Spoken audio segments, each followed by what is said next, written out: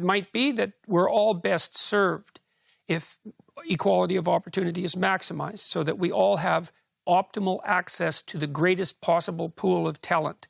And then we let the cards fall where they will. But there's going to be consequences to that. There's going to be consequences in terms of income inequality.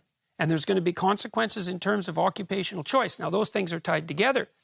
Like, one of the things that happens is that men tend to choose occupations that are, well, they're more dangerous. They tend to work outside more. They tend to move more for their occupational choice. But they also tend to concentrate on disciplines that are thing-oriented, like the STEM fields. And often your economic activity in those domains is scalable, so you can make more money.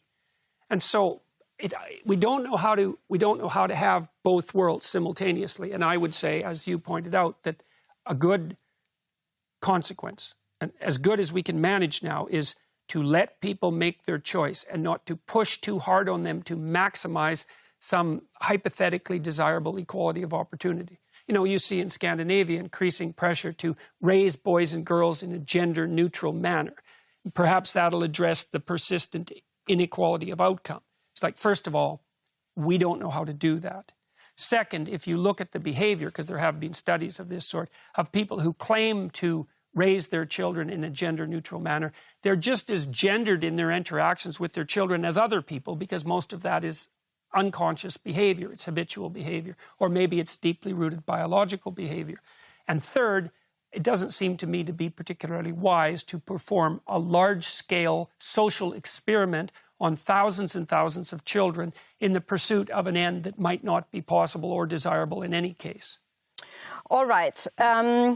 Things to think about in Scandinavia, certainly. Now, I want to go back to some of the problems that this book provides an answer for, because I saw you on the Swedish talk show Skavlan the other day, and I heard you say that really life has never been better than it is now. We have it good, and we have it because of many improvements made over time. Now, I guess that made me wonder if some of these improvements have been brought on by the very elements in modern life that you also, if not criticize, then point to as challenges. Really the chaos of newness, democratization, gender equality, all of this, which this book provides an antidote to. But can you separate the two? There's no doubt that all sorts of progress has been made economically as a consequence of the emancipation of women. I mean, if you look worldwide, the best predictor of the likelihood of positive economic development among developing countries is their treatment of women. That's the best single predictor. And if women possess approximately 50% of the talent, and you have that locked up so that it can't be utilized, then you've deprived yourself and everyone else of the talent of 50% of your population.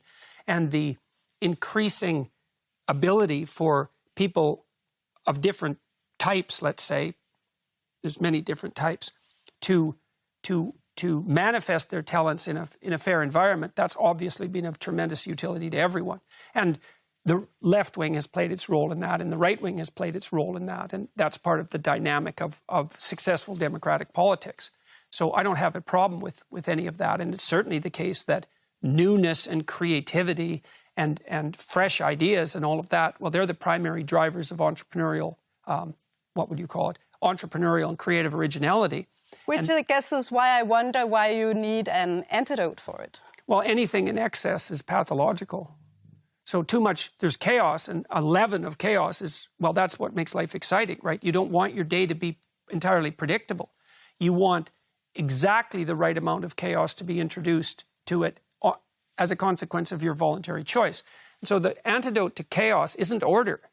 The antidote to chaos, and the book never claims, not once, that the antidote to chaos is order. The antidote to chaos is the balance between chaos and order. And that manifests itself in the instinct for meaning. So, for example, and this is I believe, a deep biological truth, when you find yourself deeply engaged in something so that your attention is captured and time passes without you noticing, self-consciousness disappears. It's because you're the recipient of a signal from deep within you that you're in a place where you're ordered enough to be secure, but you're you're tapping into enough chaos so that you're learning and being renewed. And that's where you want to be. And if you adopt responsibility properly and you discipline yourself properly, and then you face the challenges of the world courageously, then that's where you'll put yourself. And that's the antidote, not order. Because order can and does degenerate into tyranny. That's its problem. So, you know, chaos degenerates into nihilism and hopelessness, but order degenerates into tyranny. I think you've already answered a lot of this because I was kind of looking across the world as I do in this program, which is a news perspective program. And across the world, we see strongmen gaining power. In Europe, we see Viktor Orban. A word we should never use for them. Oh, really? Strongmen. Oh, it's too close to what we'd like for men. It's too complimentary. So to be a tyrant is not to be strong. So what's the better word? How about dictator? Dictators are people at least challenging democratic principles and suggesting... And dictator wannabes. The dictator wannabes of the world. I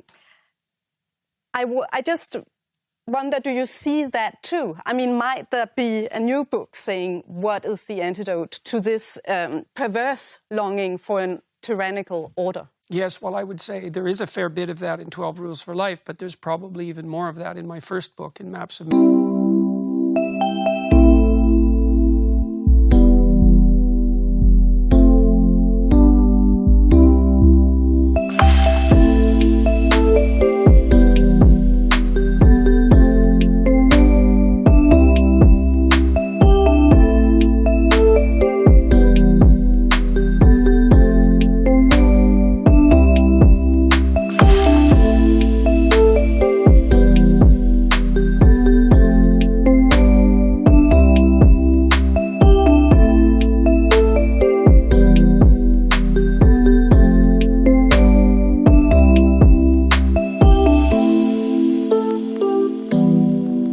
and in my lectures. I mean, I've been talking about the dangers of tyranny for 3 decades, and so I have dozens of lectures online that are specifically devoted to that, detailing out the horrors of the Soviet authoritarian state and also of the Nazi authoritarian state.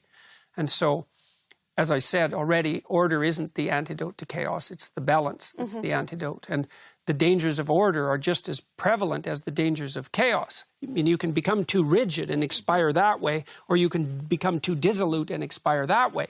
It's a matter of striking the appropriate balance. I guess they just meet in interesting ways. I was thinking about a contemporary example, which might be the discipline of gender studies, which you've criticized harshly. Yes, I criticize it on the grounds that I don't really regard it as a discipline. As an academic discipline in itself.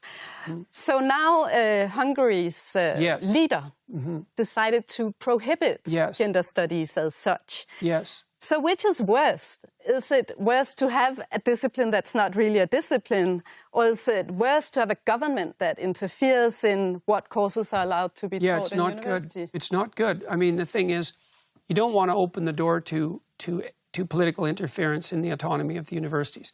Now, it's tricky, because at the same time, I don't believe that it's reasonable for political activists to be subsidized by the public purse. And I think it's incumbent on universities to draw a distinction between education and activism.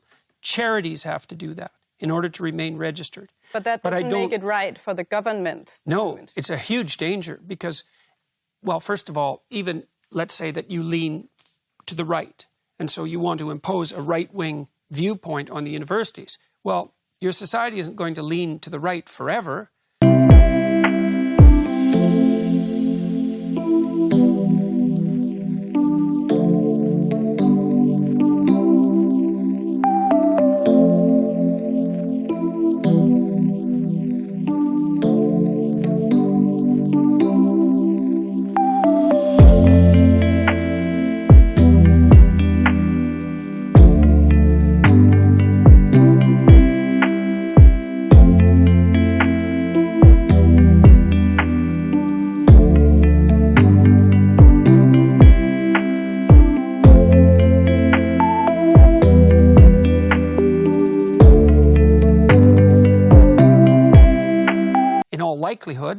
And so if you open the door to that kind of political interference, then it's going to be used by people all over the spectrum. It's going to deprive the universities of their necessary autonomy. And that's a big problem. You know, we need, in a society, this is part of the necessity for checks and balances, is we need a variety of autonomous institutions. And the whole point of tenure was to ensure the autonomy of the individual lecturer, the individual educator, and to eradicate a discipline by fiat is to interfere with the principle of the autonomy of the university. And even if, for example, I'm not a fan of that particular discipline, I don't believe that that's an appropriate way of dealing with it. I think my preference would be to deprive those disciplines of their market by providing a better alternative, a better story. And that's a longer lasting way of dealing with the problem in any case.